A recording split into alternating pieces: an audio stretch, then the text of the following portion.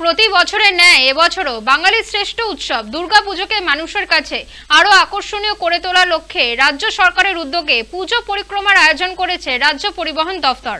শহর ও শহরতলি থেকে শুরু করে জেলা এমনকি দেশের বিভিন্ন প্রান্ত এবং বিদেশের মানুষকেও কলকাতা ও শহরতলির বিখ্যাত পুজো দেখার সুযোগ করে দেওয়ার ব্যবস্থা করা হয়েছে, এমনটাই জানিয়েছেন পরিবহন মন্ত্রী স্নেহাশিস চক্রবর্তী।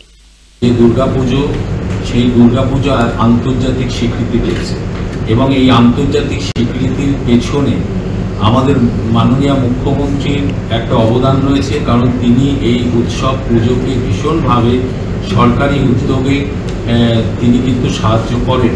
বিশেষ করে বিসর্জনের সময় আপনারা জানেন যে রেড রোডে যে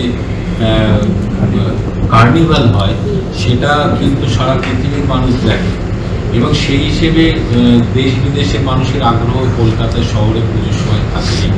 এবং আমাদের পক্ষ থেকে যেটা আমরা বলতে চাই সরকারের পক্ষ থেকে যে আপনারা আসুন এবং দুর্গা পুজোয় অংশগ্রহণ করুন, এই উৎসবের সাথে আপনারাও আমাদের সঙ্গে থাকুন। এতে আমাদের তো আমরা তার সমস্ত বন্দোবস্তই রাখছি, জানি না, কিন্তু কলকাতা সেফেস্ট সিটি হিসেবে ভারতবর্ষের মধ্যে 1 নম্বর আছে।